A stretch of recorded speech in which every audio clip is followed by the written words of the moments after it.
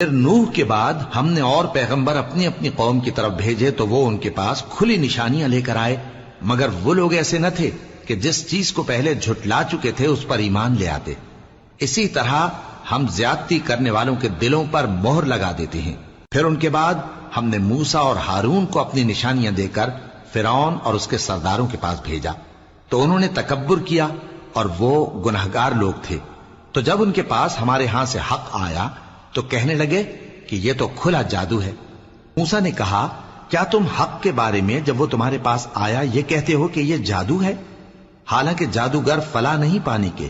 وہ بولے، کیا تم ہمارے پاس اس لیے آئے ہو کہ جس راہ پر ہم اپنے باپ دادا کو پاتے رہے ہیں اس سے ہم کو پھیر دو، اور اس ملک میں تم دونوں ہی کی سرداری ہو جائے، اور ہم تم پر ایمان لانے والے نہیں ہیں؟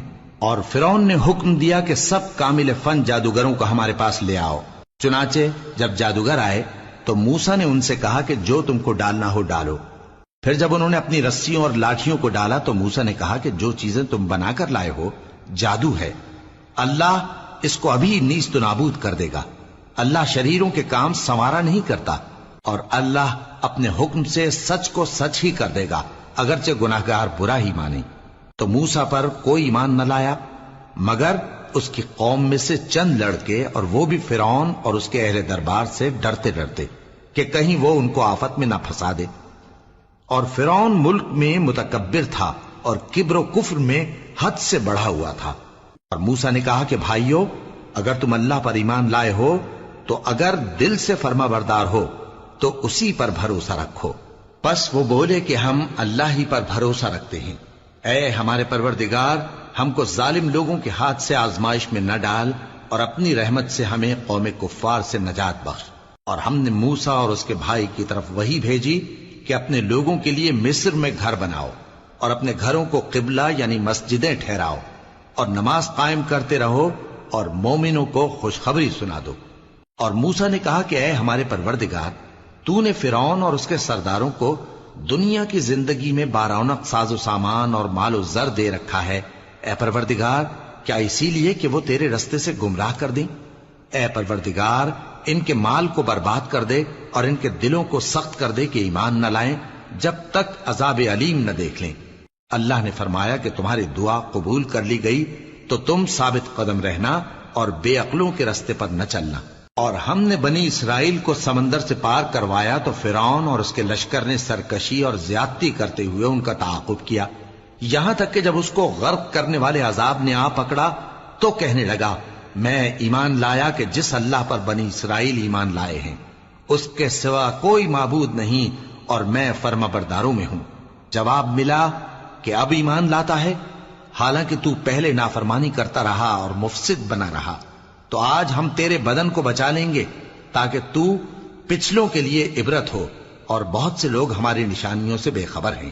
اور ہم نے بنی اسرائیل کو رہنے کو عمدہ جگہ دی اور کھانے کو پاکیزہ چیزیں عطا کی، پھر بھی وہ باوجود علم ہونے کے اختلاف کرتے رہے۔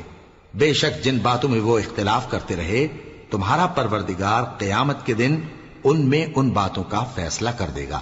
اب اگر تم کو اس کتاب کے بارے میں جو ہم نے تم پر نازل کی ہے کچھ شک ہو تو جو لوگ تم سے پہلے کی اتری ہوئی کتابیں پڑھتے ہیں ان سے پوچھ لو۔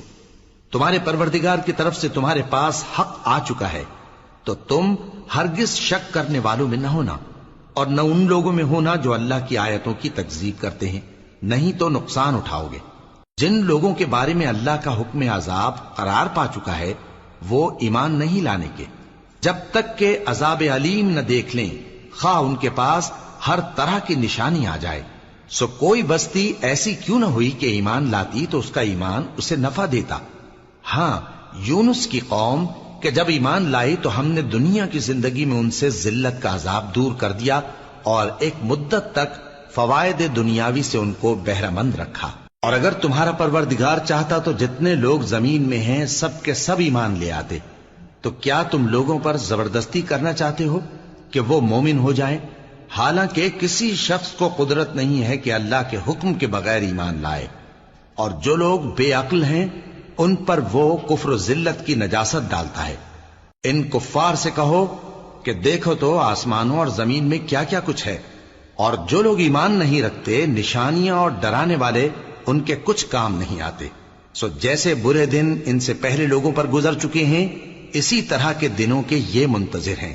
کہہ دو کہ تم بھی انتظار کرو، میں بھی تمہارے ساتھ انتظار کرتا ہوں. پھر ہم اپنے پیغمبروں کو اور مومنوں کو نجات دیتے رہے ہیں، اسی طرح ہمارا ذمہ ہے کہ مسلمانوں کو بھی نجات دیں. اے پیغمبر کہہ دو کہ لوگو اگر تم کو میرے دین میں کسی طرح کا شک ہو تو سن رکھو کہ جن لوگوں کی تم اللہ کے سوا عبادت کرتے ہو میں ان کی عبادت نہیں کرتا، لیکن میں اس اللہ کی عبادت کرتا ہوں جو تمہاری روحیں قبض کر لیتا ہے، اور مجھ کو یہی حکم ہوا ہے کہ ایمان لانے والوں میں ہو جاؤں.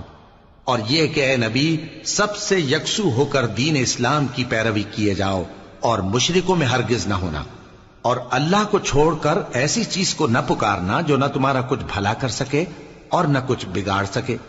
اب اگر ایسا کرو گے تو ظالموں میں ہو جاؤ گے، اور اگر اللہ تم کو کوئی تکلیف پہنچائے تو اس کے سوا اس کا کوئی دور کرنے والا نہیں، اور اگر تم سے بھلائی کرنی چاہے تو اس کے فضل کو کوئی روکنے والا نہیں.